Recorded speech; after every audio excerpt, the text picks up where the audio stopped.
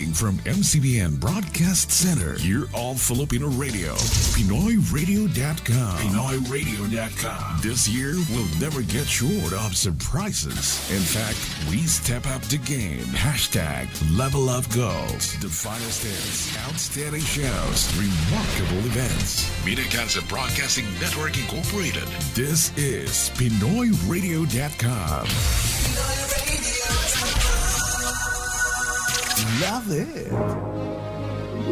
Buhay Migrante. Buhay Migrante. Mga kakaibang istorya ng buhay ng mga Pinoy sa Canada. The newest talk show on PinoyRadio.com. Join us in this journey. Life stories of our kababayans concerning current social, economic, legal, and political issues and policies that has a great impact on the Filipino community. Anchored by Earl Francis Takara, Tintin Pascual, at Von Canton. Samahan pa ng ating mga panauhing tatalakay sa mga usaping napapanahon, sumasalamin sa kabuhayan at kung paano mabuhay sa bansang Canada. Buhay Migrante. Kabayan, nandito na sila. Tutok na. Magandang umaga mga kaibigan. Magandang umaga sa lahat ng ating mga tagapakinig, lalong-lalo sa patuloy na lumalaking Filipino community dito sa Toronto, Ontario, Canada at sa iba't ibang bahagi ng North America at sa lahat ng ating mga kababayan saan man dako sa mundo. At kayo po ay nakikinig naman sa programang Buhay Migrante dito lang sa Pinoy Radio at maaari nyo rin pong mapanood sa pamamagitan ng MCBN TV at PinoyRadio.com Facebook Live.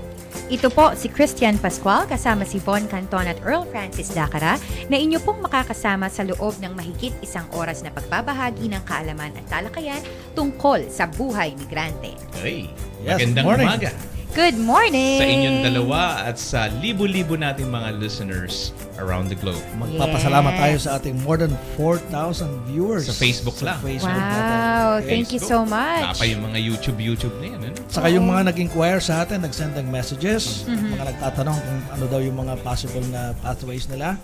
Marami pong salamat sa inyong pagtitiwala at abangan nyo po, sasagutin natin lahat yung mga hindi ko pa nasagot. Okay. Alright. So, ayan. Batiin ko lang ng Happy Father's Day para bukas. Actually, para sa Monday. Yung mga tatay tulad ni Earl.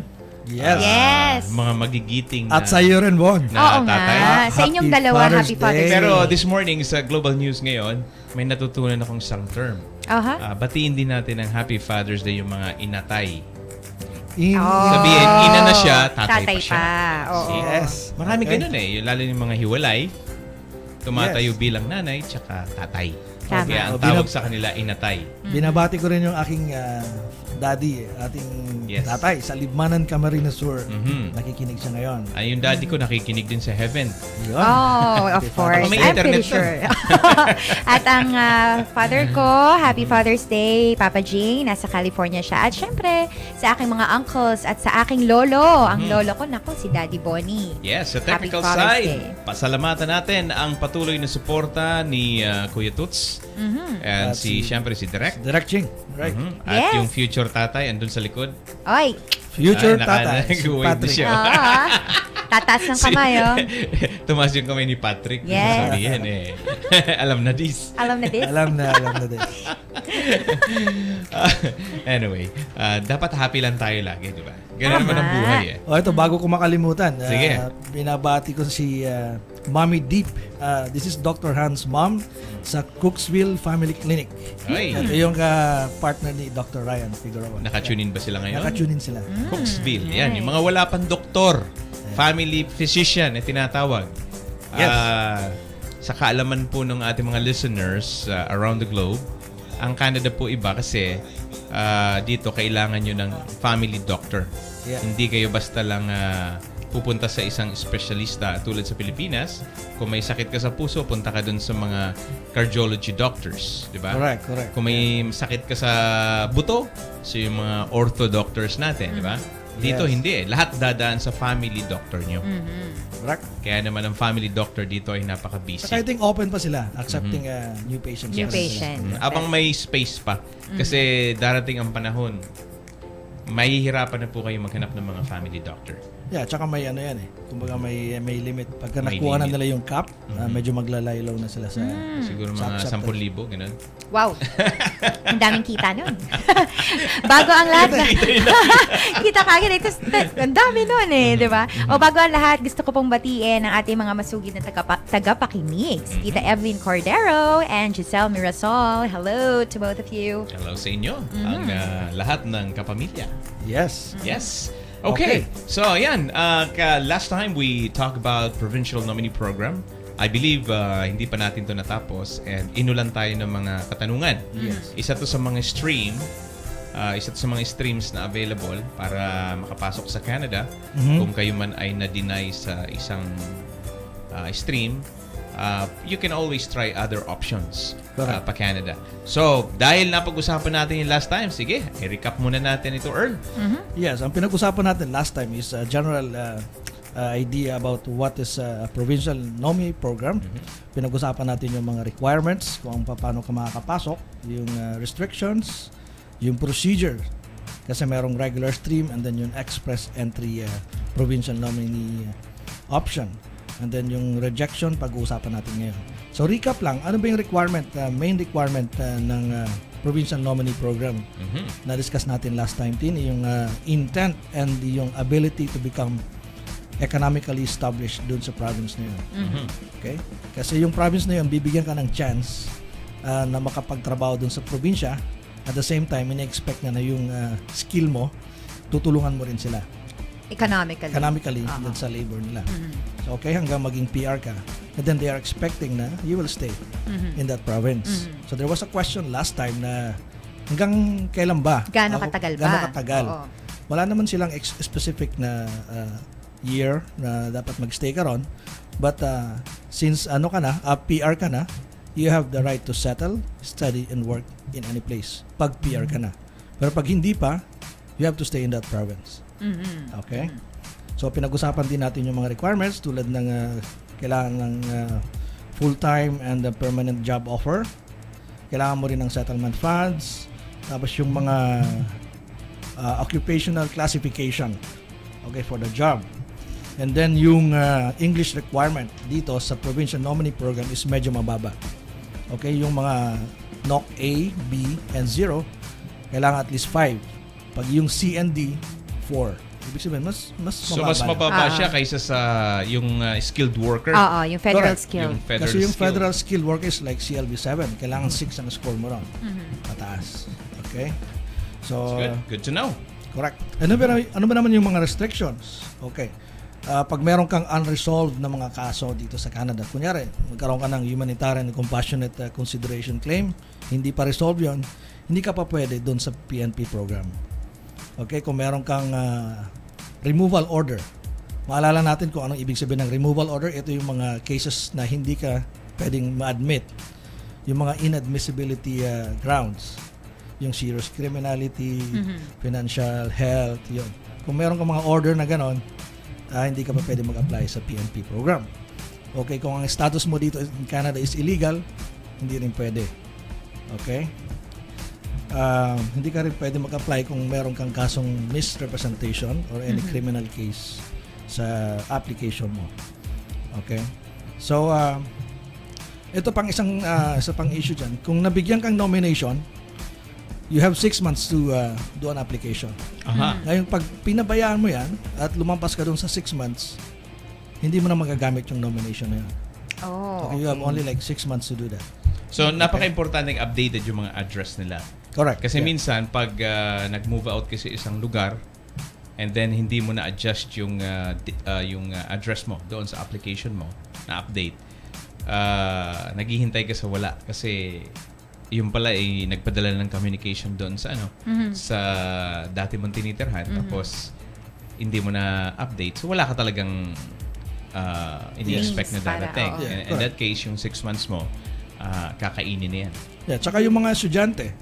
Generally, yung estudyante pwede. Pero yung mga estudyante na pumunta rito under a scholarship program, okay, yung mga may grants sa home country nila, hindi sila pwede mag-apply under the PNP.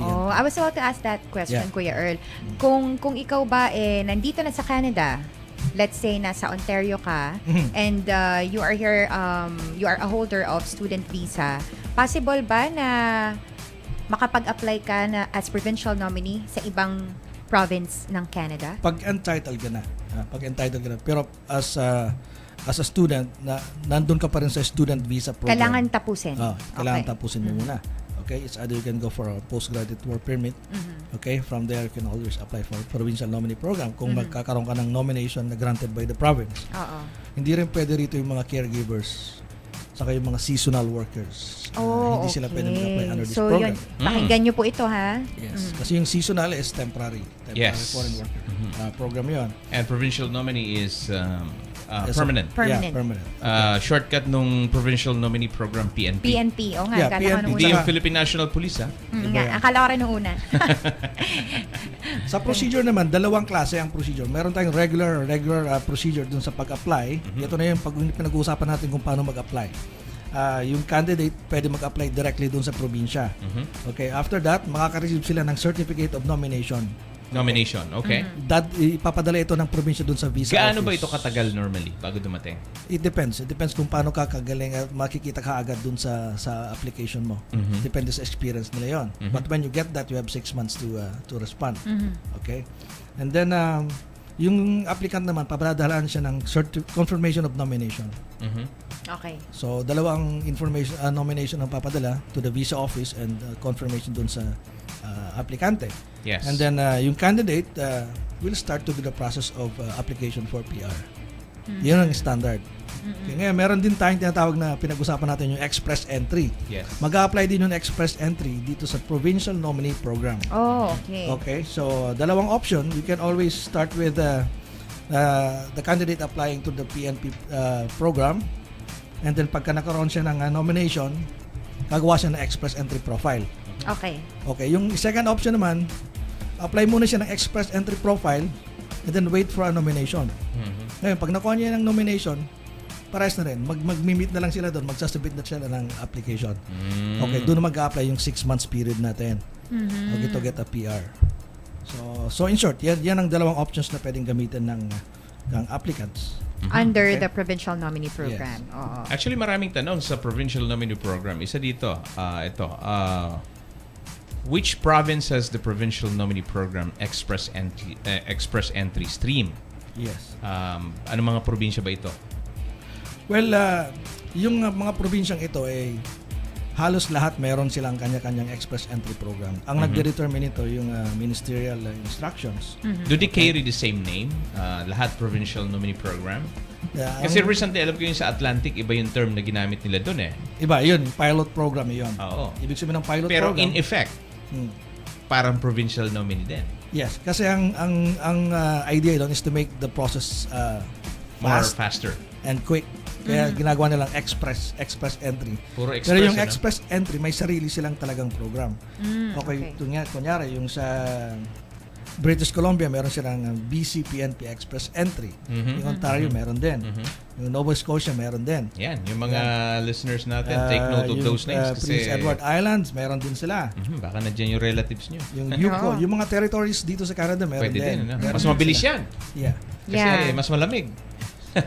Kasi ito agreement ito ng immigration ng province with the Immigration Refugee Protection Act. Yes. And then in accordance also with the rules. Saka nagkakaroon din ng mga bilateral agreements between the federal government and then the province itself. So, yun ang ginagawa nila. Pero ang final decision sa acceptance under the provincial nominee program is always with the IRCC, yung federal. Kasi meron silang mga rejection process.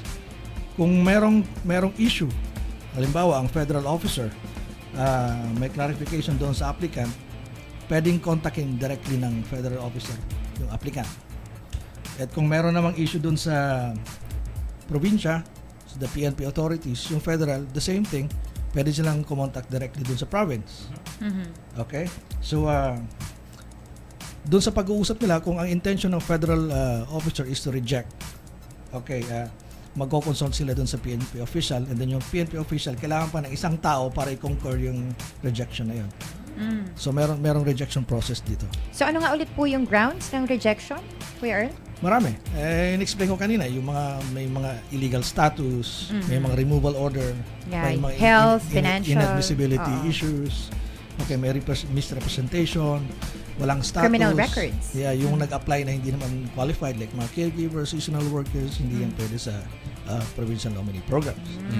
Okay? So, yan ang mga information natin. So itong sa provincial nominee bito, kailangan galing ka ng labas? I mean, outside Galing ka, Canada oo, mag-apply? nasa labas ka ng Canada. Not necessarily. So kahit nandito ka naman magbakasyon ka rito and may open pala sa Saskatchewan, gusto mo mag-apply, pwede na yan? Pwede, as long as you get a provincial nomination. Pero pag temporary kasi, di ba, halimbawa, nandito ka lang as a tourist, hindi pwede. Hindi. Oo, hindi Ganito. pwede. Mag-apply ka muna under the express entry. Kunyari, nag-apply ka ng federal express entry. Nandun ka sa step 1. Naghihintay ka ng invitation to apply. Yes. Okay. Pwedeng pumasok yung provincial nominee program doon. Kung merong probinsya na nakita sa'yo, maganda yung qualification mo, kailangan ka doon dahil may skill ka. Kunyari, yung mga nandun sa bandang Alberta, Edmonton, kailangan nila yung mga surveyors, yung mga may experience sa oil and gas. Yes. Kukunin ka nila. So they will give you like a job offer and you will get immediate 600 points. Dun sa calculation ng comprehensive ranking system. So Ganda, yan, no? so yan. 600 agad, no? Yung Oo. 600 points na yun, Enough na yun. Sobra Sobra na yun. yun, oo. Kasi yung mga latest na points na binigyan ng invitation to apply lately is only 400 plus. So once Mataas nga yung 600, oo.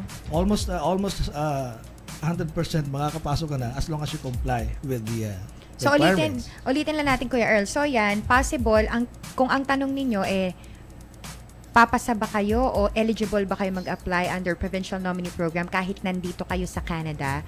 Depende, no? Depende, yeah. So kung kayo ay nandito as a student, hindi po pwedeng mag-apply kaagad o tumalon kaagad sa provincial nominee program kasi kailangan nyo i-complete yung inyong student visa program. And then yung caregivers, yung mga seasonal workers, yung mga temporary workers natin, unfortunately, hindi po kayo pasok dun sa provincial nominee program. Saka tandaan natin, yung mga occupational classification dito ay yung A, B, 0, at yung mga ibang professions under C and D. Okay, na-explain na natin ito dati last time. Okay. Actually, maraming katanungan Meron, dito. oo. Sige. Meron dito, Kuya Earl, ang tanong niya, what is the PNP or Provincial Nominee Program lock-in date for age of family members? Okay, lock-in date. Ang ibig sabihin yan, kasi meron mga instances na nag-apply ka, right? 21 years old ka na. Okay. So, nagtagal yung application. Okay. Inabutan ka ng 22, 23. So, hindi ka na qualified as a dependent. Okay. Kasi ang dependent until age 22. 22. Okay. Up Meron to, namang based on the latest. applicants na mahabol ng points. Okay, 47 siya. O 46. So, meron pa siyang 1 point. Ngayon, inabutan siya ng birthday during the process of waiting. Okay. The invitation to apply. Nako naman. So, yung Yung ibig 1 sabihin ng point. lock-in point, yung age mo hanggang doon na lang. Okay. So, na-lock na yung yung mga points mo, hindi na siya magbabago. Okay, during the process. Hindi ba to yung retro? Hindi ba to Oo pwedeng nga. retro? From date of application. Yeah. Yeah, yun nga sinasabi ko, lock na siya doon. Hindi na babago okay. yung mga points mo. Okay. So Kasi- kung 46 ka nung nag-apply ka, It will may remain as chance. Oo, is. may Yes. chance ka makarating Kasi pa. yung tulad ng kinikwento mo nga sa US, Oo. nag-apply sila bata pa. Yes. Pero nung by the time na lumabas yung desisyon because of backlog, taon napakahaba. Napakahabang panahon. Hindi yan. na siya eligible as dependent or Yes, dependent. Yes. Pero napaka-unfair naman 'yon. So that means kung ako ang nagpa-process, patagalin mo 'yan para hindi na qualified 'yan. Alam mo 'yon? Correct. Oo nga eh. Actually, Napaka-unfair unfair nun. yun. I think it should the rule should apply from the time you applied, Oo. 'di ba? Yeah, at the date Date of the application. province receives the application. Yes. Yeah. Oo. Oo. Yun Buti eh. lang sa Canada, hindi naman ganun katagal. So, wag tayo po mag-alala kung medyo may nandun na tayo sa sabihin natin edge sa sa dulo ng mawalan ka ng points. Nang walang hanggan. Ang importante lang dito, may file ninyo na qualified pa kayo. Oo. Okay? So meron naman dyan, kulang siya ng points. 5 years pa lang experience. We're talking about the Federal Skilled Worker Program. Okay? Okay. 5 years kasi, ang score mo is only like 12 points. Ngayon, pagka nagka 6 years experience ka, may plus +3. Okay. So, hintayin mo muna yon. Mag 6 year ka. Mag-anniversary ka muna sa trabaho. Yeah. Pero be sure na hindi babang score mo sa age. Mhm. Right? So, kung nakuha mo yung 2 points, minus 1 point ka naman, di Yes. pares lang, di ba? Kung meron po kayong katanungan, pwede nyo pong isend ang inyong message sa thread natin sa Facebook Live o hindi Correct. naman message nyo kami sa Buhay Migrante Canada. And pwede rin po kayong tumawag sa station 647-955-8820. Yan. At kung kayo naman nasa labas ng North America like Saudi Arabia, Abu Dhabi, Qatar, kumusta na kaya yung ating mga kaibigan sa Qatar? Yes, batiin natin sila. Oo nga. Mukhang magulog pa kayo dyan. Yung mga nasa Hamad Hospital, sa Qatar Foundation, sa Sidra, yung mga kaibigan natin dyan sa Oho. Qatar. See? Galing ka sa Qatar tsaka sa sa Dubai, di ba? At yung mga sa Dubai naman, yung mga nagtatrabaho sa Rashid Hospital. Yung mga ibang kasama nyo dyan nandito na sa Canada. So, susunod na kayo, ganun. Igigas natin yung ibang mga from Rashid Oh, Hospital. yeah, why not? Igigest natin yung mga nurses doon. Yep. And then, when they arrive here, so they can share their story. And then, ano yung step 1 na ginawa nila para mag-guide natin yung ating mga listeners. How long ba yung tinatawag na bridging? Correct. And as far as I know, way back in 2013, if you are doing bridging for nursing, meron na kayong OSCE. What's Yes. OSCE? Ito yung oral examination ng Yes. mga nurses. Before kasi wala sila niyan eh. Oh. Oo, ngayon may oral. Ito yung actual and practical. Actual, oo. Ano to, parang defense? Sort of. Tatanungin ka, Oh. situational. Yeah, oo. Kung ano yung you apply your knowledge. Hindi lang yung black and white paper type ABC, yung Yes. multiple choice or trolls. Hindi ko alam yung trolls. Troll falls. Oo, or false pa. para save kayo, sagot mo, trolls. Akala ko or. Yung or lang. Para safe talaga. Oo. So, ayan. Abangan Okay. yan. May mga i-guest tayo sa susunod mga programa. Very exciting. Marami na tayong na-i-guest sa loob ng programa. At syempre, from their story, hearing from their story, napakaganda ng mga success story nila. At ngayon, ini-enjoy nila yung buhay na yan. And they would really encourage you guys to apply. Don't give up. Yun lang. It doesn't mean na ano kayo ngayon, hindi kayo natanggap, na hindi na kayo qualified. Correct. Oo, tsaka gusto ko lang ulitin yung yung mga provinces na merong express entry stream under provincial nominee program. Yeah, For din. your reference, no, to all our listeners. Sige. So, pakinggan po ninyo, meron po sa British Columbia, Nova Scotia, Ontario express entry, New Brunswick, international skilled workers sa Saskatchewan, Prince Edward Island, Newfoundland, and Labrador Express Entry Skilled Worker Program, Northwest Territories, and Yukon Express Entry. Dami. No? Ito yung mga territories natin. Siguro maganda mag-explore. Doon kayo sa Yukon. Yeah. Kung may opportunity doon taga-research nyo na lang. Maraming Filipino doon. O kasi, alam mo, para sa akin, kung ang intention nyo makapasok lang, muna, pwede naman kayong mag-move out later on, di ba? Correct. As I long mean, as you are para sa PR. akin, Transfer, oo. yung sabing sumisiksik ka doon sa isang province na napaka-tight or punong-puno na or yung backlog nila is masyadong mahaba, I would rather pick the province na pwede akong tumira for a time being and then grow from there, find a job. It doesn't mean naman na hindi ka pwedeng bumisita sa relatives mo from province to province. That's true. Yeah. Diba?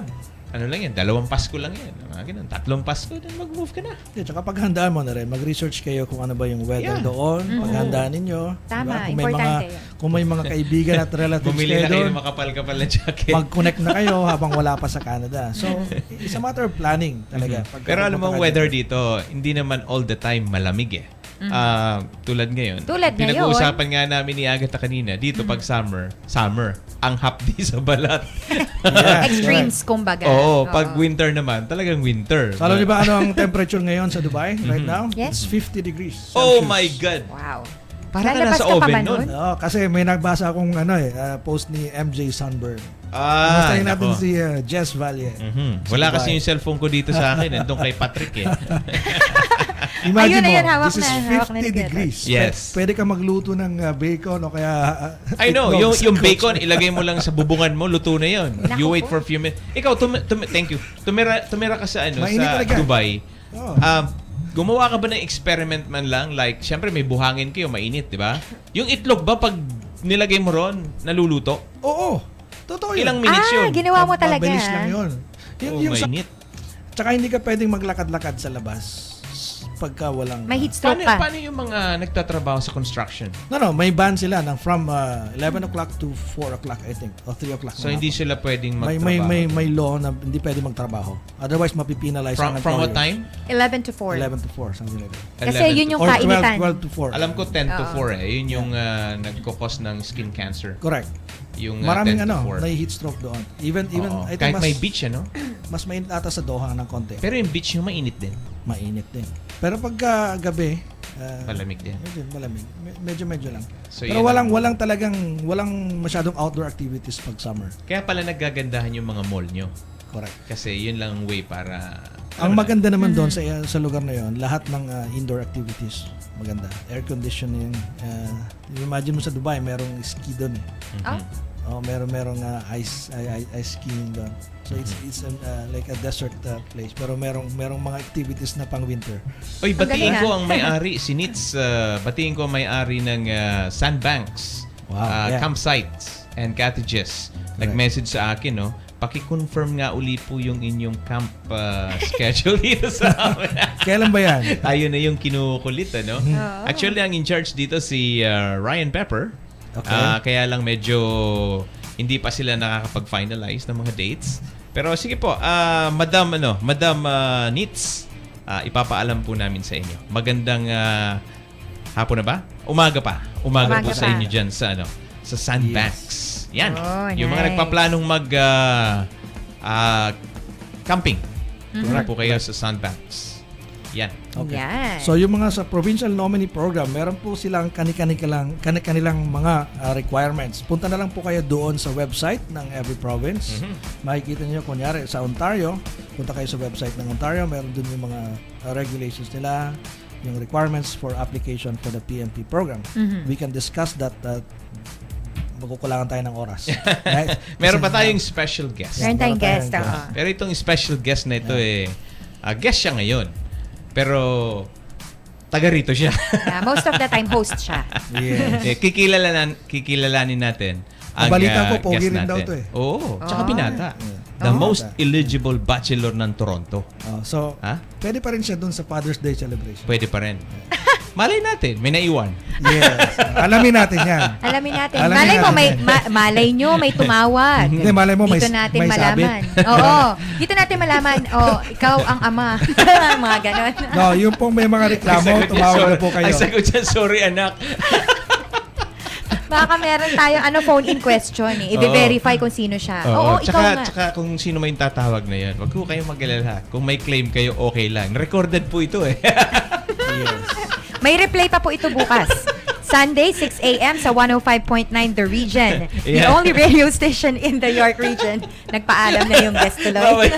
Mukhang natakot na, oh. Tinakot Hi na. to Ryan of Scarborough, Toronto. Yan ha. Oy. Oy. Nanonood siya sa ating stream sa MCBN TV. Yes, and of Alright. course, hi to Ate Angie Lanson from Lola's Food House. Ayan. Yes, okay. Siya yung nagtanong about Yeah, okay. family support. Kuya okay. Earl. Oo, yung nakikinig facts, siya ngayon. Ulit mo natin yung facts muna. Okay. So, ganito yung nangyari sa kanila, Bali, nauna siya sa Canada. Hindi ko alam kung how many years, siguro mga, let's say, 7 or more than 7 years. And Okay. then, during the time na nandito siya, nag-apply siya para makuha niya yung anak niya from the Philippines. Okay. Okay. So, dependent niya, at that time, below 18 years old pa yung anak niya. And then, ngayon, lumabas yung resulta ng application. Ang nangyari na deny yung application para sa anak niya na makarating sa Canada. Okay. Pero siya, mapi-PR na siya. That's the good news. So, ibig sabihin, nag-comply na siya doon sa caregiver program, Yes. nag-open work permit na siya, and then Yes. may PR na siya. Come June 22nd for interview na next siya. week? And Most next likely week. Most magiging likely, permanent resident siya, which na is siya. good. Yes. And so, ang question niya, papaano pa niya makakasama or anong stream yung pwede niyang kunin para makuha niya yung anak niya Na na-deny. na na-deny? Sige, Earl, ano bang Well, magandang pwedeng gawin dito? Well, since hindi nakasama doon sa caregiver program as a dependent at na-deny, hindi niya na pwedeng makuha yun doon sa program na yon dahil tapos na siya doon sa program, Yes. complete na siya, PR na siya ngayon, open work permit na siya. Hindi ko alam kung bago na yung employer niya o hindi. Okay, once na nag-PR ka na, you can sponsor your family, okay, your parents, spouse, children, grandchildren, grandparents under the family sponsorship program. So as a PR, pwede niyang i-sponsor yung anak niya. Okay. Okay? Pero nabanggit mo kanina, off-air, no, na meron nga lang age limit, yung Yes. pag-sponsor ng anak. As a dependent, ang kailangan hanggang 22 years old. Okay. Binalik siya from Dating from 19 yan ginawa niyang 22. Buti nga ngayon naging 22 pero na. kung 19 to 22 pa siya, pwede pa siya. Okay. Okay. In the event na hindi natin sigurado, no, kung Kung ilang taon na siya. Ngayon, Oo. kung lampas na siya doon sa 22, pwede sigurong mag-apply na lang yung anak niya as independent immigrant. Okay? Okay. Pwede siya mag-apply kung skilled siya, kung anong trabaho niya, o provincial nominee program. Pwede rin yung provincial Or nominee. he can Oo. come as a student or temporary foreign Kasi worker. marami namang streams. Maraming streams. It's Oo. just like, sa edad mo bang 22, saan mag-fit yung qualifications mo? Okay. Yeah. Tsaka hindi na Meron siya, ka bang educational attainment na, the bachelor's degree? Yes. Meron ka bang work experience and how long? Di ba, ang minimum hinihingi 1 year? correct. Which is full-time. Okay, from what I know, wala pa siyang work experience kasi student pa lang siya. Okay. So, get from an there, experience. Get an experience first, practice the profession, get an experience for paid 12 months at least. At least a year. Yeah. Okay. Paid work experience yun. Kailangan Okay. nila. so maraming pwedeng gawin. Kung may mga katanungan pa kayo, si Earl, pwede nyo pong i-message yan sa Northern Quest and then sa Buhay. Buhay Migrante, Buhay Migrante. sa Pinoy Radio. Pwede po kayo magpadala ng katanungan and then we'll be happy na masagot yan. Icha-channel lang naman namin yan sa kila Earl sa Northern Quest. So anyway, we will be pausing for a break na bago mapasarap pa yung ating kwentuhan, yung ating technical director ay nagsasign na sa atin. Uy, maghanap Resenyas buhay na. naman kayo. Batiin ko si Parigong Roland Figueroa. Oy, si Roland. Yan, Happy nakikinig Father's sa atin Day. ngayon. Happy Father's Day sa iyo, Parigo. Sana mo na si Dr. Ryan. Ay, Figueroa. Oo. Hindi, wala pang asawa. Hindi pa, saka na. Okay, so it is 12:03 here in Toronto and kami po ay maghahanap buhay. We'll be right back. And syempre, with a guest. Ang programang ito ay hatid sa inyo ng Northern Quest Canadian Immigration Services. Buhay Migrante. Mga kakaibang istorya ng buhay ng mga Pinoy sa Canada. The newest talk show on PinoyRadio.com. Sabado tuwing alas 2 ng hapon, Eastern Time. Join us in this journey. Live stories of our kababayans concerning current social, economic, legal, and political issues and policies that has a great impact on the Filipino community. Anchored by Earl Francis Takara, Tintin Pascual, at Von Canton. Samahan ba ng ating mga panauhing tatalakay sa mga usaping napapanahon, sumasalamin sa kabuhayan at kung paano mabuhay sa bansang Canada. Tuwing Sabado ng hapon, ganap na alas 2. Kabayan, huwag kaliligtaan.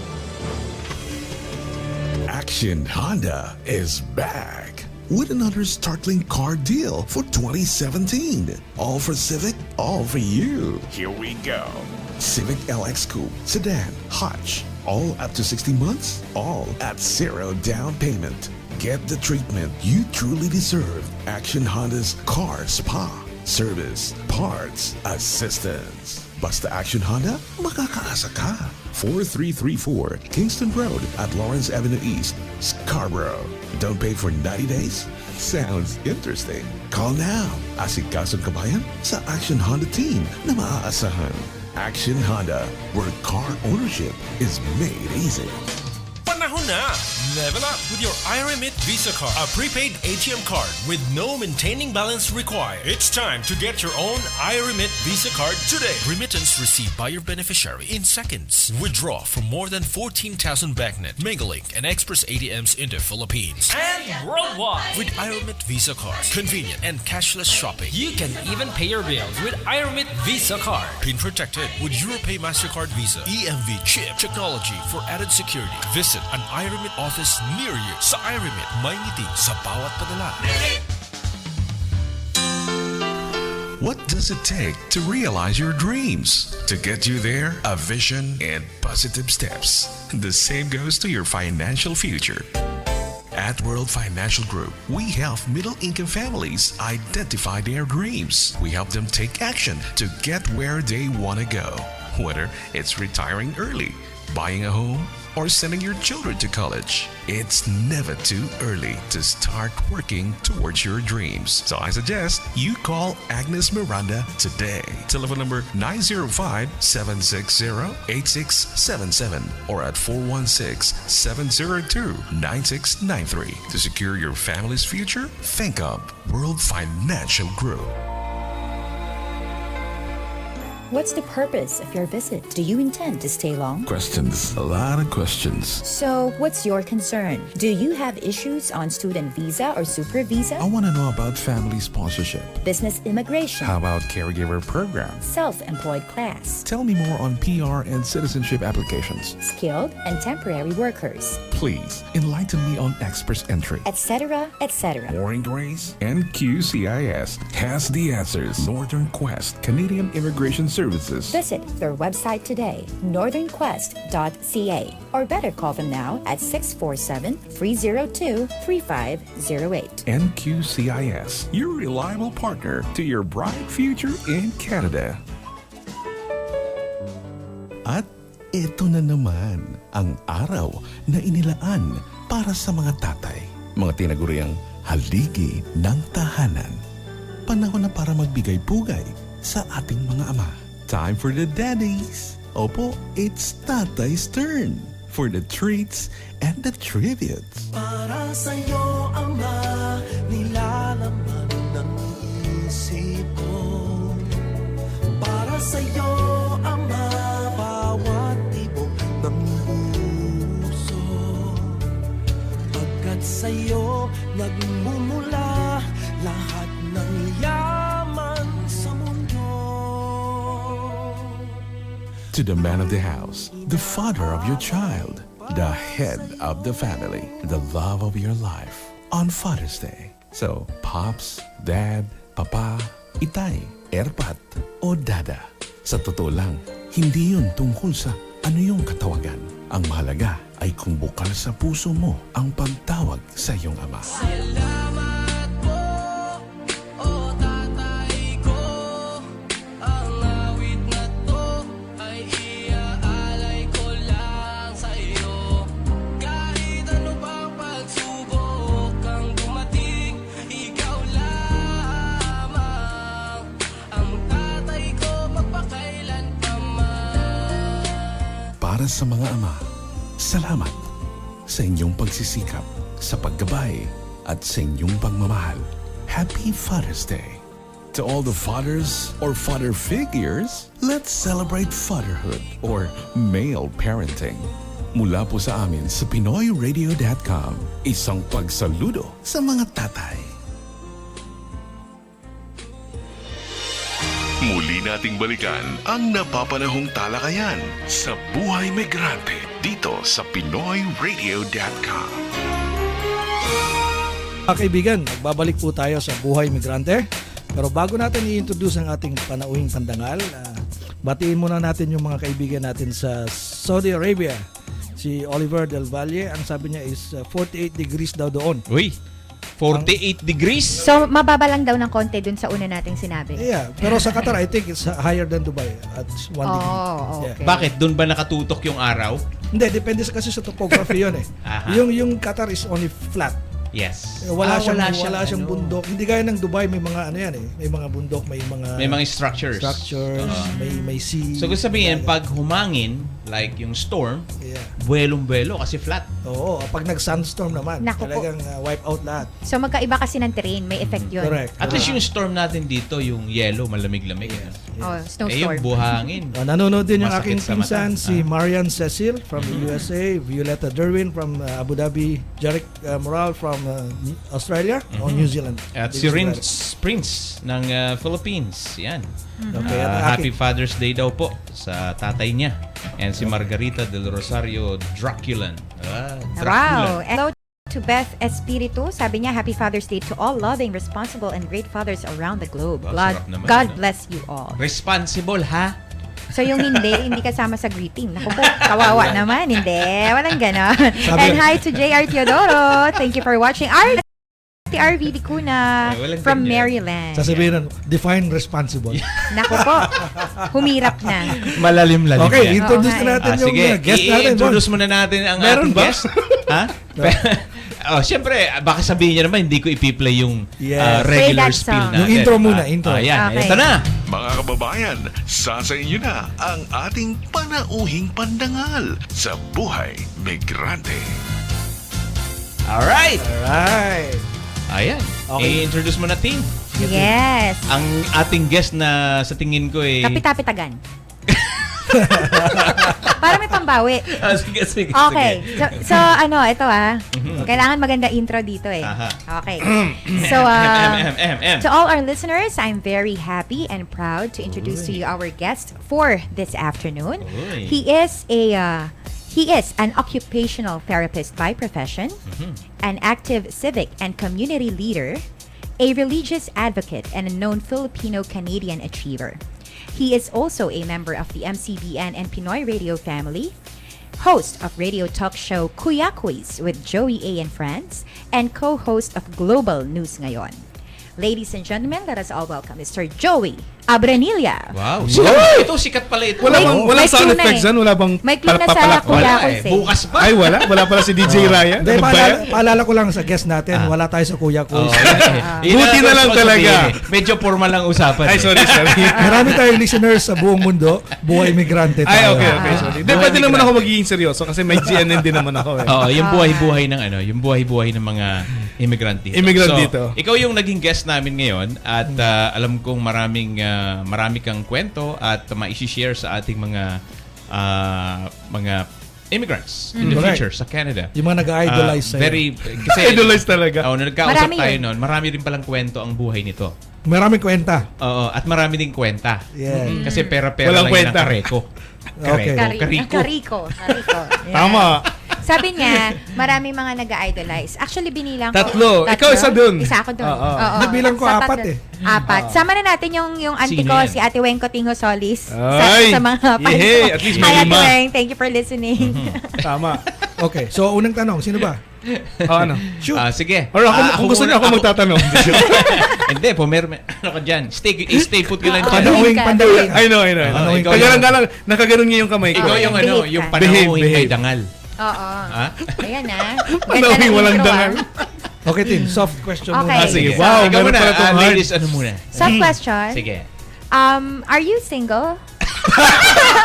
Soft ba yan? Para namang hard agad? Hindi, wag Parang naman- difficult question. Sagutin mo na lang, John. Hindi, single. Okay, very But not much ready to available. mingle. Oh, so marami nang sumaloob din. Ang sinagot mo yan. Bakit di ba? mukhang sabi mo, you're Meron always agad. ready to Yeah, I know. mingle. I'm just kidding. Ngayon naman Of course, single not ready to and happy. and available. Ayun. Okay, ayan. Joey, pwede ba namin malaman kailan ka ba dumating sa Canada? At ano yung naging major decision mo? Bakit ka pumunta dito? Okay, napakahirap na tanong yan. Para bang Hindi, actually, dumating ako dito 2005. Okay. And of course, siguro sa karamihan, yung reason kung bakit tayo pumunta dito sa North America, which is Canada, for greener pasture talaga. Yun yung unang And at the time, parang kakagraduate ko lang bilang occupational therapist nga. And then there was not an offer, but meron yung may agency din kasi sa amin, sa Butuan, by the way. Sa Butuan. Na pumunta doon. Okay. And then they were saying na, 6 months, makakaalis ka na. Anong Ganyan. entry ba yun? Anong program? Immigrant. Independent. skilled independent. Basta When you independent are immigrant. independent, papasok ka dun sa Skilled, kategorya ng yeah. skilled So worker. federal skilled worker, permanent residency. Permanent residency, yes. Yeah, yun yung For permanent resident. yun yung yun yung application ko. So, anong taon ito? Well, basically I applied 2001. Okay. Pero and dumating how ako many dito years? 2005 kasi the reason being Alam mo, sabay tayo. Sabay tayo. Kasi 2001 Sabay tayo nag-apply din ako and dumating? nag-apply. 2005 din ako dumating dito. So bakit sabay- tumagal? Oo. Paano yun? Pero parehas tayo skilled 4 years. din. Kasi ako pharmacist yung in-applyan ko In-apply mo, noon. Ikaw okay. naman occupational So therapist. why the gap? Ano Okay, nangyari? the gap kasi, the reason is that when I applied for permanent residency nga here in Canada, after 2-3 months, meron din ako application sa US as a student visa. Sinabay Okay. So mo. yun yung Okay. nangyari. Hindi ko sinabay, nasabay lang kasi parang sorry, at the time kasi meron silang hiring for students, yung Okay. parang internship program in New Jersey. So, wala namang mawawala. So, I did apply for the internship program, and true enough, thank God, I was actually selected as the top 10 nun sa students. Ano ka na, no? So, ganun na nangyari Sino nun. ang mga judges nun? No, actually, ano yun? Ba't ganun yung tanong? Parang walang Oo. kabilib-bilib. Walang kabilib-bilib ba? Actually, yung mga judges nun, mga relatives. Kaya naman. Hindi, ano yun? Hindi naman Kumbaga, yung mauti. mautak ang mga judges nun. Di ba? Kaya nga kinuha nila ako eh. Mautak group. Mautak. Oo. Di, ano yun? I actually wrote an exam. Kumbaga may ano yun eh. Over 200 applicants. All over Philippines yun eh. Not just in, let's say, Luzon, Visayas, and Mindanao. So then, I wrote an exam. I took an exam basically, and then I passed, apparently. Tapos interview. Okay. So after that, meron pang hands-on. Kasi yung internship program nun is ABA, Applied Behavioral Analysis in New Jersey. So yun nga, I was lucky enough to be selected as one of the top 10 Okay, interns. so what happened in between? So- Bakit hindi ka nagpunta dun sa path na yon sa US? Hindi, kasi yung sa US naman kasi, that was intended for internship program. Okay. So I was there for 18 months. So kumbaga, 18 months yung program na yun. And then obviously, we really have to go back to the Philippines para to serve our country. Kasi yun yung reason dun eh. That's why Yes. they actually hired they hired interns. Parang kukuha ka lang ng training. Training. Experience, And then Hindi you have intention na to babalik ka at i-apply and then mo you have to yung apply pinag-aralan your mo. knowledge, your Yes. skills dun Okay. sa atin sa Pilipinas. So that's what I did. So kaya nga medyo natagalan yung application ko sa Canada because of that. Because I was in New Jersey and then they were asking for certain documents din. So hindi ko na, obviously hindi ko na gampanan, hindi ko na nasikaso na comply dahil nga I was in New Jersey at the time. So then pagbalik ko, tsaka ko yung nasikaso, and then siguro a couple of months I received my visa na rin. Bakit hindi mo tinuloy yung permanent residency mo doon sa US? No, my status was J1 Walang visa, opportunity. student visa. But you Like can yan. always apply after that. Yes, I actually had the option to apply. Yeah. Pero again, syempre, Bakit mo pinili ang Canada? Yes, that's the point. no, kasi nangyari nun, Nakasalang na eh. una ako nag-apply sa Canada. And then, to be honest, at that time kasi, parang feeling ko, at that time, parang mas gusto ko yung Canada compared sa US. Kasi lahat naman kasi ng tao, puro America, Okay. American dreams, ganyan. Sige. So, gusto ko may iba. Na-mention mo yung mas gusto mo yung Canada. Okay, Tim. Tanong mo kung bakit niya gusto yung Canada. Ayun, bakit? Bakit Bakit? mo gusto? Mas malamig. Parang meron na kaagad ano. Mas malamig kasi ang Canada. Mas gusto ko kasi malamig kasi marami kasi akong kasama din. Gusto mas malamig, and at the same time, parang hindi pa siya, for me kasi meron akong ibang pag-iisip din eh. Kasi ito yung kaklase ko, I graduated as an occupational therapist in Veles College. 62 kami. Lahat nag-graduate. 40 plus nasa US ngayon. Oh. And ako lang mag-isa dito sa Canada. Gusto ko lang maiba. Hindi ka ba nagsisisi? No, apparently not. You're Hindi happy? naman. Oo. Kasi kino-consider ko rin naman ang Toronto is just one of the states eh. Kumbaga, if you're in the States, Yes. kumbaga, nasa base ka sa New York, nasa, Maryland ka, or nasa Seattle ka. Actually, sa kaalaman ng ating mga listeners, ang Toronto po, which is the biggest city of Canada, is the fourth largest city sa buong North America. Toronto. Yes. Yeah. And it's, I So- believe, the most diverse din Yeah. city. The reason bakit namin tinatanong yung decision mo kasi maraming mga listeners tayo na nandun sa situation na yun. Pwede ano makarelate bang sa'yo.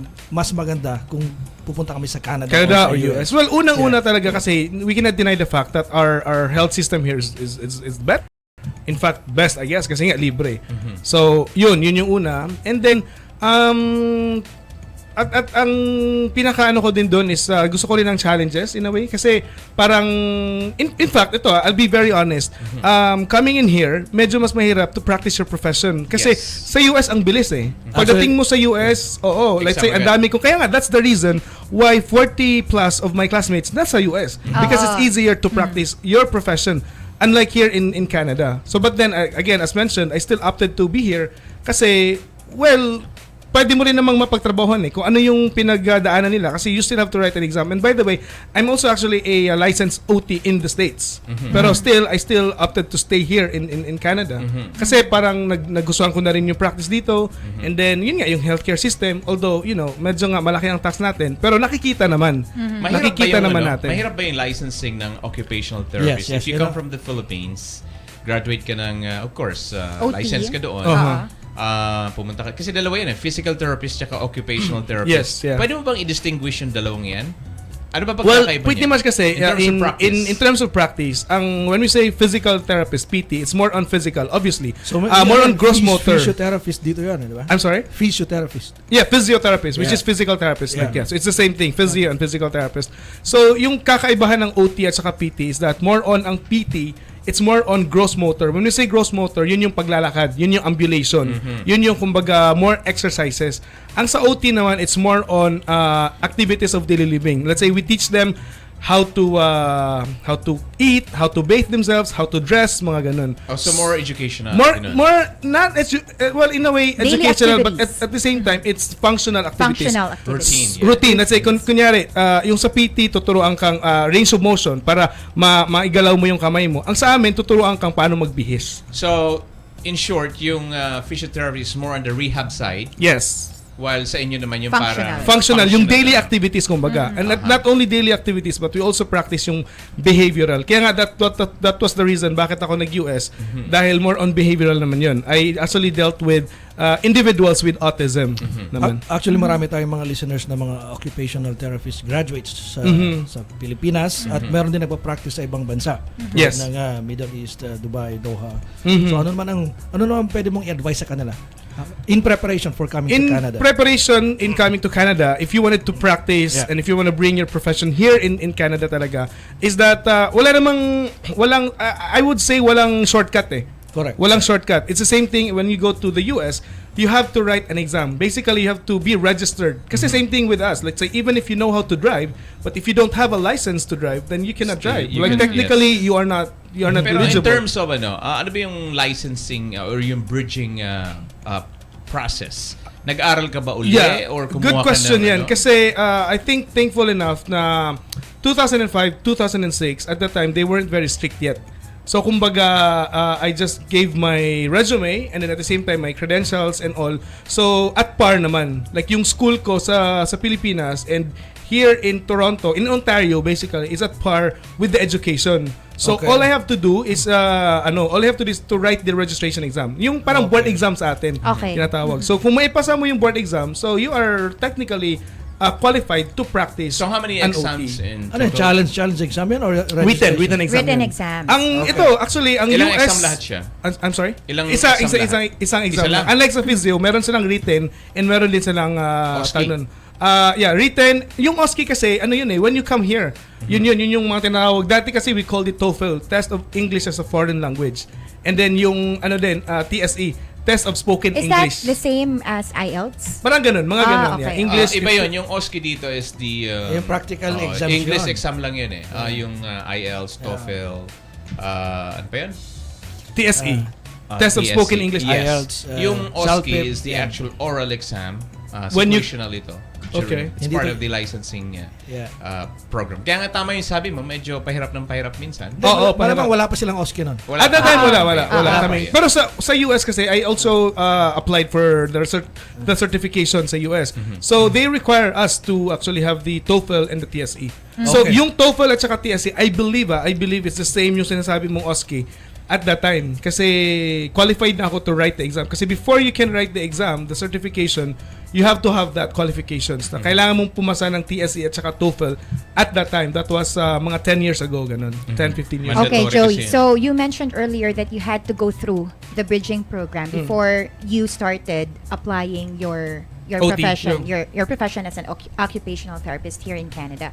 How long did it take you to complete the bridging Yun na program? nga. Actually, yung as what I've said, I was lucky enough at the time kasi I didn't really go through the bridging program kasi all I have to do is just to... Challenge the exam. Yes, I have to challenge Kasi the may exam. two options kasi eh.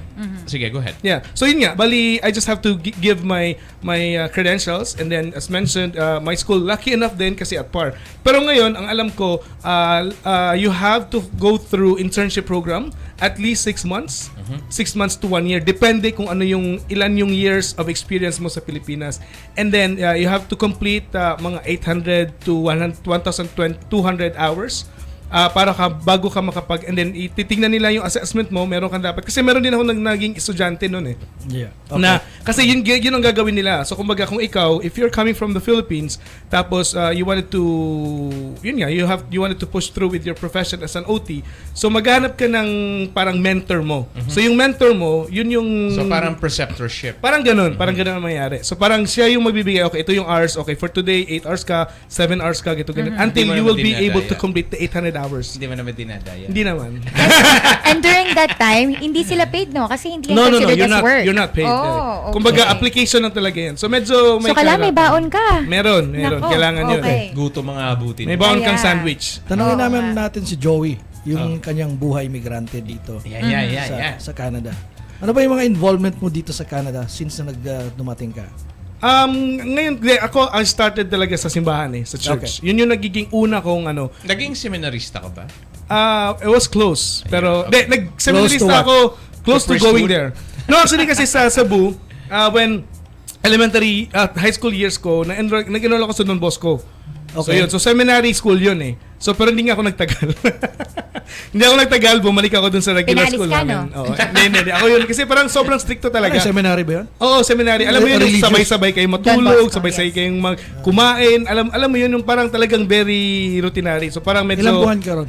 ano na ako doon, mga 1 month lang ata ako. Hindi ako nag-survive talaga. Paras tayo. Oo, kasi parang umalis lang ako kasi hindi. So pero, ito, gusto ko lang gusto ko lang Share. i-share ito. Akala ko klaruhin. Pero hindi. Kasi dumating ako dito September 2005. Okay? And hindi ako magpapahipokrito. Actually, ngayon, kung nakikita niyo ako, sobrang nag-enjoy na ako sa Canada and all. Pero Masaya. dumaan din ako dun sa mga sinasabi nilang depression. Yeah, actually yun ang gusto namin malaman Oo. Dumaan din ako sa mga depression stages na yan. Okay. Depression moments. Yung mga ganun. At bakit ka naman na-depress? Hindi kasi ito nga, I have high hopes kasi. Before kasi ako nag-migrate dito sa Canada as independent immigrant talaga. Nagpunta na ako dito as tourist When I was in New Jersey, nagbakasyon ako dito. Mayaman no? Hindi kasi malapit na eh. Alam mo yan, nasa New Jersey ka na. So nag-apply ako bilang tourist visa. So nakapunta na ako dito. Obviously, that was a vacation mode, right? May So, kilala ka na dito nun. Sino nag-invite meron sa'yo? akong kakilala dito. Hindi, kasi interns kami. So, kumbaga, lahat kami pumunta Group, dito. group. Okay. Group Yeah. visa. Pwede yun. So, pwede yun. yeah, group kami Pero nag-apply. limited time lang yun. In fact, nakakatawa pa nun kasi during our application, siyempre tinanong kami nun na kami grupo, sino bang may pending application dito? Ganyan. Akala ko So, siyempre, I have pending to divulge and I have to disclose na meron nga ako, di ba? So, anyhow, so yun nga, bali, nung pagdating ko dito, nag-enjoy ka, punta kang Niagara Falls, punta kang Montreal, Yeah. punta kang Ottawa. So, talagang vacation mode. So, nung nasa Pilipinas na ako, when I got my visa to come here, so I was so excited. Kasi nga, wow, Canada, I love Canada, sobrang nag-enjoy ako, ganyan. And then, plus the fact pa na yung medyo pang pag-iisip ko na galing ako New Jersey, I had a training, para medyo mayabang, ganyan. So, pagdating ko dito, boom! Kasi di ba, independent immigrant ka, so wala ka employer. So, obviously, you have to work. Yes. You have to apply. So I started, calling, nandun sa Yellow Pages, sa newspapers, faxing, emailing, calling, lahat. Alam mo yun, siguro mga 100 na yung tinawagan ko within that week. Walang response. May tawag man, kung may tawag, do you have any Canadian experience? Nako, yan ang classic. Yun. Yun ang sinasabi Okay. natin. Yun talaga. Kung may tawag or may response sa email, do you have any Canadian experience? Kasi sinasabi ko, how can I have a Canadian experience? I just got here last week. Like, seriously. Diba? So, seriously. So parang sabi ko, well, hire me, then I can have a Canadian experience then. So yun. So I went through that. Stage, kumbaga. So, ang nangyari, 2 months later, kaya nga medyo na-depress nga ako, bumalik ako ng Pilipinas. Noong time na yan, saan ka nakatira? May kamag-anak ka ba? Hindi, meron ako mga kaibigan. So nakitira ako nun, good question yan actually. Nakatira ako sa mga kaibigan ko, natutulog ako sa sala. Okay. Alam mo, dumaan ako sa stage na yan na sa sala ako natutulog, yung cabinet mo nandun din sa sala. Siyempre pag nagluluto sila, mga Siksikan ngamoy. muna, no? Oo, parang ganun talagang kakapalan yung mukha mo, yung ganun, like you have to... Do you have parang any may- regrets? No, not at all. Not at all. So, Hindi, kumbaga- noon, pagdating mo, ano ka ba? Hindi, syempre, you have to ponder na parang, ano pang ginawa ko? Oo. Ang sarap ng buhay ko sa Pilipinas. Honestly, kasi diba, let's say sa Pilipinas kasi, I also practice as an OT. Meron akong sariling clinic doon. Basically, I am the boss, diba? So parang pagdating dito, parang, ni trabaho man lang kahit na, alam mo yun, hindi ka matatanggap-tanggap. Although kasi ganito, gusto ko lang din tong klaruhin sa mga listeners natin kasi may nag-advise din sa akin. Kasi you can actually find work Kasi dito sa Canada naman, ang good thing naman sa Canada is kung hindi ka lang mapili, meron ka talagang trabaho. Meron ka talagang trabaho. Ang nag-advise din kasi sa akin, yung tinitirahan ko nga, sabi nila, Joey, wag kang no offense man sa mga ibang sabi nila sa akin na Joey, wag kang mag-settle for less. Wag kang mag-apply kung ano-ano man lang. Kasi ang tendency niyan minsan, baka masanay ka na, hindi ka na hindi ka na mag-move on, hindi ka na mag-move forward or hindi ka na gagalaw. Kumbaga, diyan ka na lang, something like Parang that. you won't be able to go back to your track. Parang ganun. Kasi pag kunyari nagtrabaho ka sa isang, sabihin na natin, okay, excuse my language for the lack of term, sabihin na natin nagtrabaho ka sa factory. So nag-enjoy ka kasi kumikita ka na. Sabihin natin dollars, right? So baka wala ka ng goal, wala ka ng intention to move up. So doon ka na lang ma-stuck ka. So they really somehow, they told me na okay, kahit na matagalan ka man makahanap ng trabaho, basta doon sa line mo. So doon sa linya mo. So obviously, medyo mahihirapan ka talaga.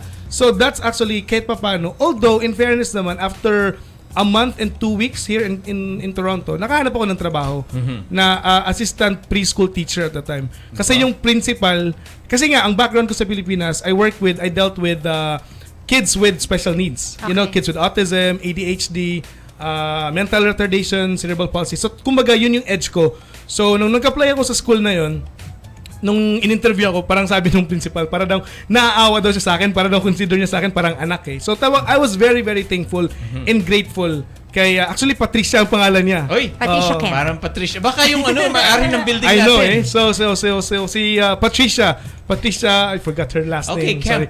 Yeah, so Patricia Kemp actually. So siya yung una. So kaya nga 'di ba, yun yung nakapag-ano sa akin na meron akong Canadian experience. Okay. Pero at that time kasi I was already booked to fly back sa Philippines. 2 weeks lang ako nagtrabaho doon. Kasi nga the reason being then bakit ako bumalik ng Pilipinas kasi I wanted to change my thinking. Kasi nga nung pagdating ko dito, I have high hopes na ang ganda ng Canada, tapos makapagtrabaho ako agad. Gaano ka ba tumagal sa Pilipinas nung umuwi ka? 2 months. Tapos bumalik ka na naman dito. Bumalik na ako doon. With that thinking na, you know what, I have to Ready go na back ako. from scratch. Kumbaga, hindi ako Renewed. Oo. Yung iba na yung perception ko. Pag umuwi ka kasi sa Pilipinas, parang ang dating mo loser. Ni wala ka na-accomplish, ni hindi ka naging Canadian citizen, ni hindi mo nakuha yung license mo. Alam mo yun? Tapos, sasabihin mo, ang galing-galing ko sa Pilipinas. So, paano mo masusukat yung galing mo kung doon sa lugar na pinuntahan mo, hindi mo ma-prove yun? Tama. So, yun yung mga challenges doon. And I think guiding mo rin yun na baguhin yung perspective. Yun nga, exactly. So, that's what happened talaga. Maraming ganun. Actually, yung dinaanan mo, marami na kami Maraming nakausap. makaka-relate. Oo. Makaka-relate. So, parang, sana pala, hindi ko na lang sinabi. Kasi alam na rin namin. Actually, alam na namin yan. Biro lang. Yeah. Hindi, pero tama nga si Joey, yung pagpunta mo sa Canada, it's a test how you are going to survive out of your comfort zone. Yes. Kasi yes. magaling tayo sa field natin, sa back home, sa ginagawa natin. And then, dito, pagdating mo, you're competing with global, around the world na. Kasi Yes. iba-ibang lahi Kasi nila. we have Oo, 181 languages here. So that means yun yung mga ethnic group. And Yun to lang think- yung thinking ko dati noon. You know what? You're competing with other candidates. Hindi na to Pilipinas lang na That's true. pagalingan. Diba? Yeah. Magaling ako mag-English, kaya kong bulayin to, I can carry out. Pero dito iba. Kaya ang sukatan ng, I would say, yung talagang galing mo, punta kayo dito. Sige, Ten, go ahead. Yeah. Yun nga, gusto ko lang idagdag na kailangan tama yung ginawa ni Joey, no? Parang medyo nag-recharge. Medyo nag-step back muna siya. Sandali, ayusin natin. Kasi hindi ka makakapunta sa gusto mong puntahan kung hindi mo na siset yung goal mo ng maayos. At kung hindi mo natatanggap, ano yung kailangan mong gawin para makapunta ka dun sa goal na yun. So, maganda yung experience niya actually. Kasi hindi naman siya agad naging successful. Dumaan siya talaga dun sa butas ng normal karayo. na Yeah, nadadaanan of ng course. iba, Ganun naman eh. nade-depress, Na-depress ako sa dun. second thought, bakit ako nagpunta dito? Pero look at him now. Oh, yes. Wow, yan. Very happy sa buhay niya. Very Satisfied. Kaya na nga minsan pag-asawa, kinalimutan na. active. Busy. Kaya Ang nga, dami na ginagawa. tanongin natin si Joey yung mga involvement niya naman sa activities na sa Filipino community. Okay. Ano ba yung mga greatest involvement mo dito sa community? And how do you see this impacting your decisions sa future? One good thing lang din kasi dito sa Canada is you have the ability, and at the same time you have the opportunity to volunteer. So yun nga, I started with sa church, doon ako nagsimula, and then talagang naging active ako sa Our Lady of the Assumption. Technically, even up until now, I'm still the youth coordinator. Kahit na hindi na ako youth, gayit na ako, I'm still the kuya. May I'm age still limit the ba youth yung coordinator. pagiging youth? Actually, until 40 eh. So Feeling pasok na- pa ako. May international Feeling youth standard siya. ba yun? Para pasok pa ako Youth nun. ka pa. Pero kasi ako lang naman yung kuya-kuya nila. Di Ako ba yung life parang, starts at 40? Oo, tama. Di ba? So yun. Akala ko And, youth ends at 40. and then, yun. Boundary na pala siya. Ay, boundary na ako, boundary. And then yun nga, nung 3 years ago, I ran for the Toronto Catholic District School Board. Okay, yeah. So yun yung nag-open din sa akin ng maraming windows. So, So, dumami ito yung kaibigan mo. Dumami Ito yung kaibigan eye-opener ko mo din sa yung political network ko. arena. Sa political arena. Oh, yeah. Okay. So parang ganun. So talagang alam mo yun, yung kumbaga, hindi man tayo pinalad, hindi man tayo nanalo, pero sobrang napakagandang experience. And at the same time, yun nga, ang dami mong namimit na But mga it doesn't tao. mean you're ending there, right? Exactly, yeah. Kumbaga, That was just the beginning. sabi mo nga, step back muna. Tapos planuhin natin yung atake. Yes. Kaya wag po kayo magtaka mga kaibigan. Ito, someday magiging politiko ito. Bata pa daw siya, so it's okay. So, meaning, Hindi kasi ang ganda lang din kasi ang reason din, like the reason being anong bakit nga nagtag-Bisaya, no. Bakit ako tumakbo yung sa Toronto Catholic District School Board? Kasi yung ginagawa ko pretty much kasi sa OLA, you know, it's obviously it's a small group, 'di ba? Pero kasi kung if I was given the opportunity na kung nanalo tayo dun sa Toronto Catholic District School Board, mas marami tayong youth, mas marami tayong estudyante na matutulungan. I'm not just saying na kasi kung in honesty, in honesty, and generally, ang daming Filipino students dito. Di ba? Ang sarap kasi pag meron kang trustee na Pinoy that they can actually relate the language. So, napakaganda nun. So, that was actually my major reason kung bakit ako tumakbo. Meron na ba tayo ngayong representative? Meron Okay. tayong trustee Tanawan. Pwede pa naman eh. Yeah. Let's pwede do pa it. naman. Diba? Yung ganun. So anyway, mga kaibigan, ang Kulang oras tayo sa oras. namin. Grabe, bilis Marami ng pa sa oras. naong tanong eh. Sa Oo nga Buhay eh. Migrante po, Yung mga hard questions lagi pa po tayong mabilis yung oras kasi nga spontaneous yung ating discussion. Tsaka very interesting. Kung mapapansin niyo yung ating mga listeners sa radio and then yung mga nanonood ng video streaming natin sa Facebook Live, talagang hindi tayo iniiwan because they learn from this program. And we would like to thank those viewers from last episode, which is episode Yes. 13. That's more than 4,000 4,000 plus yun. Wow. Yung nasa, 4,000. And it's sa Facebook Congratulations. natin. And Thank live you. din po Galing, tayo sa Daily MCBN Motion. TV, sa Daily Motion, sa Periscope ng Twitter, sa YouTube. Kailan ba yung replay ng sa MCBN? Bukas. Bukas. Mondays ba yun? Yeah, okay. Yes. Actually, yung replay natin sa radio station. That's what I'm about to say. Yung every 6 a.m. Sunday sa 105.9, The Region. Bukas yun. The only radio station in the York region. Yes. Yes. Ayan po. So, medyo wrap up tayong kaunti dito, Earl. Next week, ano pa pag-uusapan natin? Yes, pag-usapan natin next week naman yung permanent immigration. Okay. Dito natin discuss yung So, tuloy natin discussion Yes. about family sponsorship, yung family class, yung Economic class. saka yung tinatawag nilang humanitarian. Ano ba yung humanitarian consideration class? And compassionate And consideration class. So, Meron yan. ito Meron ba siya yung pag- parang refugee din? Yeah, hindi lang sa refugee. Maraming pwede So, itong depende i-apply. sa circumstances. Even sa family, pwedeng i-apply yung humanitarian consideration. Alright. So, Compassionate consideration. kulang po ang oras. Maraming topic na pwedeng pag-usapan. But for now, we would like to thank Joey A for joining us. Salamat, Joey. It's an honor. Na-invite din ako sa wakas. Invite mo rin kami. For sure, Oo anytime. nga, invite mo rin kami sa program mo. Kami Promote mo tatlo, muna. ah. Promote mo muna yung program sige. mo. Oh, yeah, by the way, bukas Kuya Kuis, meron tayong Father's Day special. Nako. Ayan, si Chupat, kasama ko si Chupat dyan.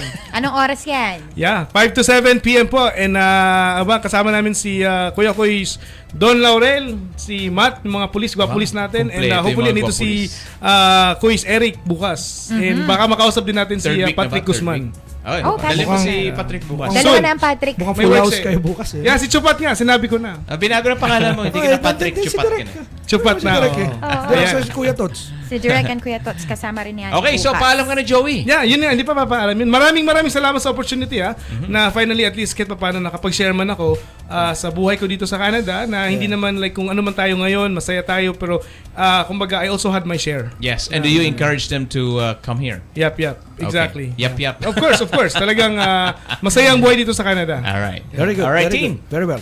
All right, and that ends our program for today. Our episode is episode 14 for today. Yes. So if you were not able to complete the show, you can still listen to us through 105.9 tomorrow, Sunday, 6 a.m.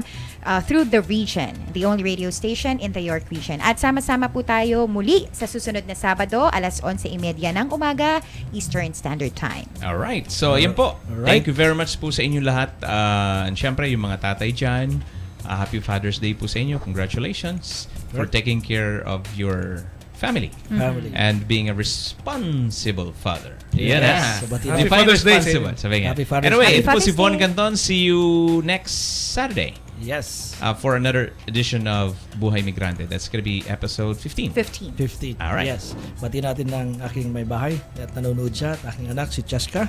Ako naman po si Earl Francis Dacra, isang regulated Canadian immigration consultant, isang licensed paralegal at maaari niyo po akong puntahan sa YSN and Associates Professional Corporation at sa Northern Quest Canadian Immigration Services. Maaari po kayong tumawag sa 647-302-3508 o kaya mag-email sa edacra@northernquest.ca. Okay, lagi po nating tatandaan, sipag at yaga at kaalaman ang susi sa tagumpay ng isang buhay migrante. Inyong natunghayan ang mga kwentong buhay na ating itinampok sa programang Buhay Migrante. Hanggang sa susunod na linggo, muli nating samahan sina Earl, Tintin at Von sa mga usapin ng buhay at hanap buhay ng ating mga kababayan Pinoy sa Canada. Abangan ang ating sunod na usaping tatalakayin at Pinoy na tampok sa ating palatuntunan Buhay Migrante. Ang programang ito ay inihatid sa inyo ng Northern Quest Canadian Immigration Services.